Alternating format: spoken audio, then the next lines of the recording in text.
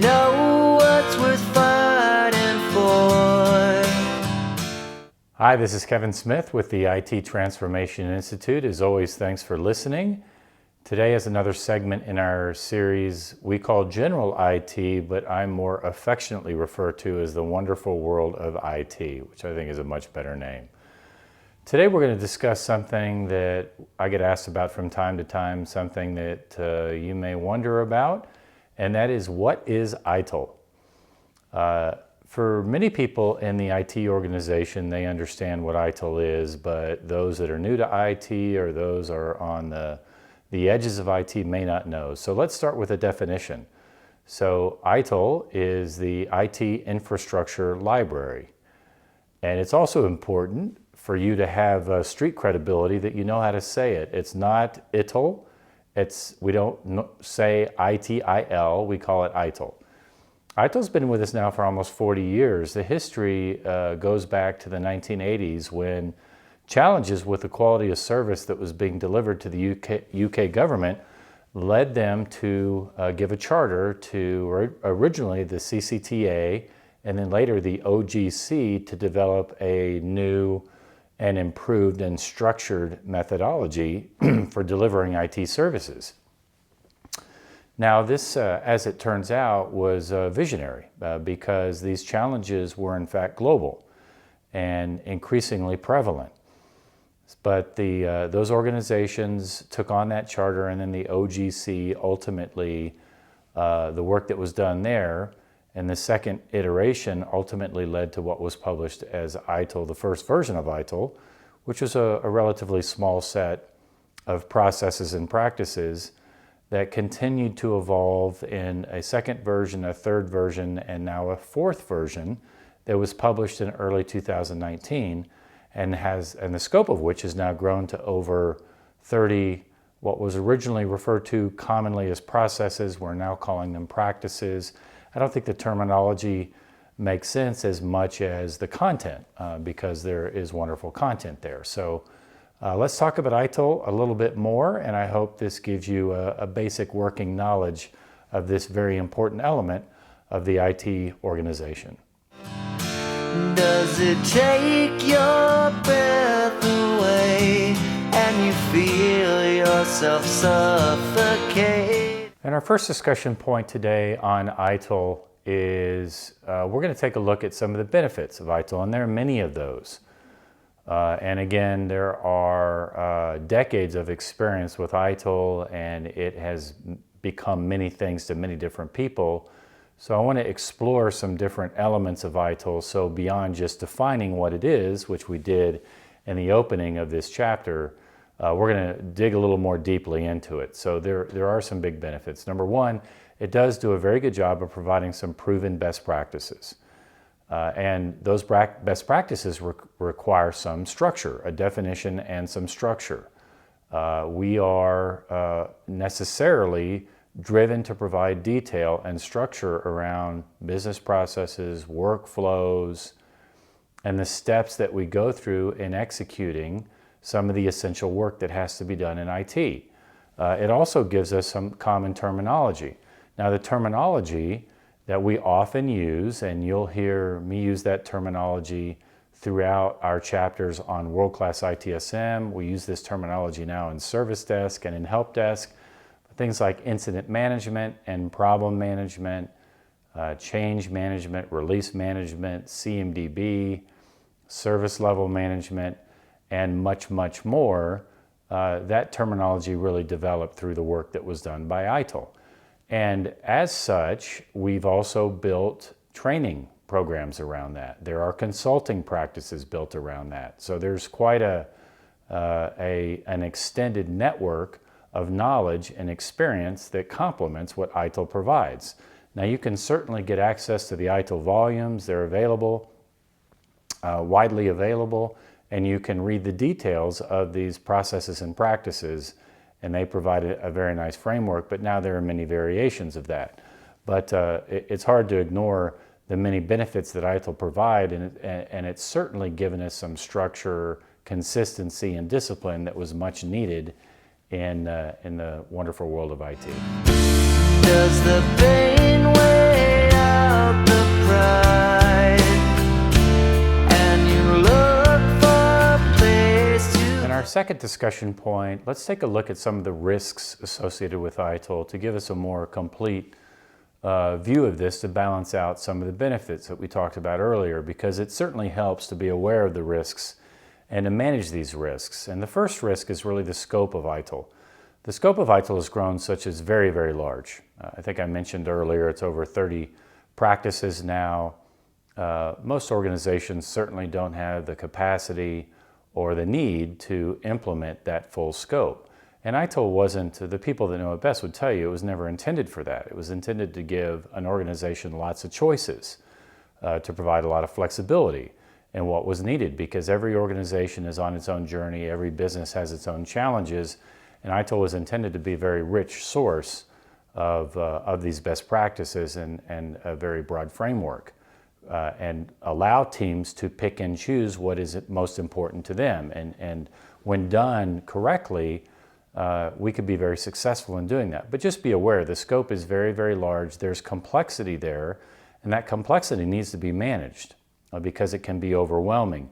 And some organizations have failed with ITIL or had big challenges with ITIL because they were overwhelmed by that scope. They were not able to focus their efforts. So it's very important to know what's most important to you, where your priorities are, and then to focus your efforts in those key areas, and ITIL can be a great resource. Another risk with ITIL is overly ambitious schedules. Now, I'll touch on this a little bit more in the third discussion point, which is I'm going to give you some tips for success, but I would caution you that from the very beginning, it's important to manage your schedules and to not be overly ambitious or overly aggressive and set unrealistic schedules, because teams have failed because they set overly ambitious schedules and had underestimated this journey that we're on with ITIL, and it certainly is a journey. So take some care to ensure that your schedules are achievable, they're reasonable, and that will serve you well. 121 guns, lay down your heart. Third discussion point I wanted to get to on ITIL are some tips for success. And we certainly are very conscious of wanting to be successful in everything we do in the IT organization. We have been more successful in the last 10 years in IT, and I believe we'll continue to be more successful in the 10 years that lie ahead, and also recognizing that the stakes are higher than ever. The whole business is counting on us. So the IT organization is counting on itself, recognizing it's this engine for all the things that enable a business to leverage technology and data. But let's look at these tips for success for ITIL. Number one, I really recommend taking a phased approach. Now, this is not necessarily articulated within ITIL itself, but it's a great practice, and that is, in terms of the processes of ITIL, I recommend no more than 2 or 3 processes per phase.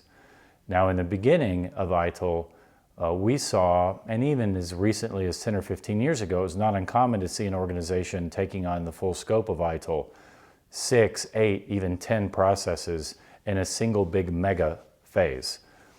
That is a lot of risk. Now, it's possible to be successful with that, but it's not what I recommend. I recommend no more than 2 or 3 processes or practices per phase. Focus on that, get them right, get some success, debrief on how you can improve, and then move on to the next phase. Now, that's a very high-level view of a phased approach, and I'm sure many of you have some experience with how to structure that, but keep it simple.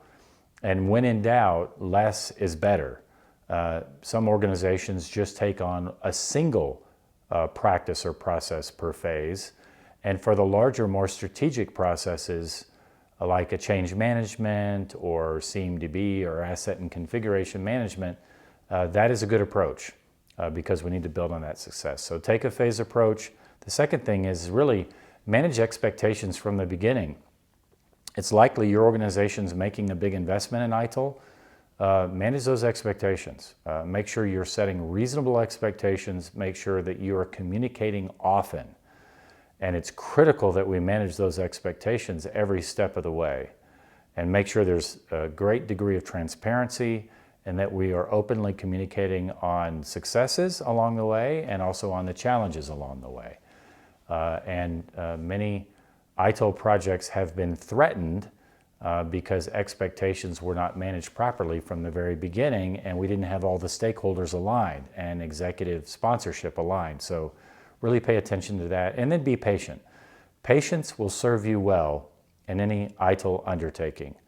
Be patient, there will be setbacks, but ultimately you can be successful if you do the things that we've outlined, you make the necessary commitment, you invest in training, you have the resources of the company behind you and executive support, you could be successful and reap the many, many benefits that ITIL has to offer. And I hope these tips for success have helped a little bit as well.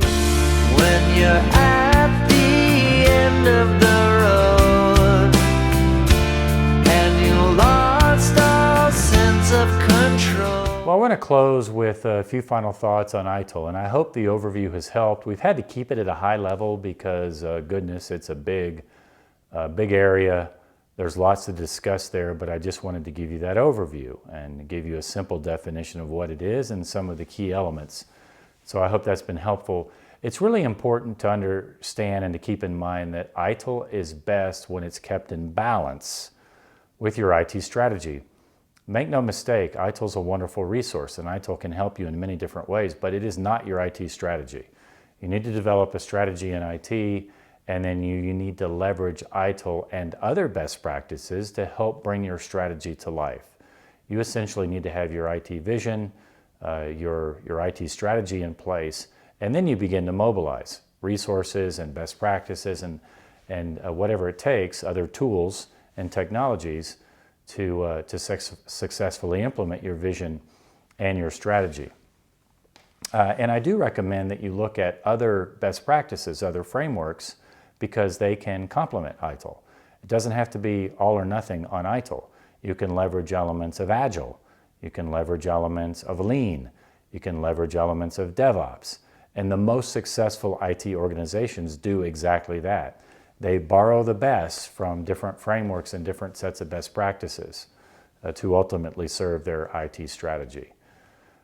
Now, we have a number of other resources on the website, and this is one of the chapters on general IT, the wonderful world of IT. We have a series on world-class IT service management, and there are certainly some elements of ITIL in that series and in those chapters, and when to go into more detail. And then we have a book called The Practical Guide to World-Class ITSM. We go into even more detail there. And then we have training and consulting offerings where there is a element of ITIL in addition to some of what we've seen work, best practices we've seen work well with real companies based on experiences. So take advantage of those resources, the books, the videos. We now have many videos available in the IT Transformation series, this series on the wonderful world of IT, general topics in our series on world-class ITSM.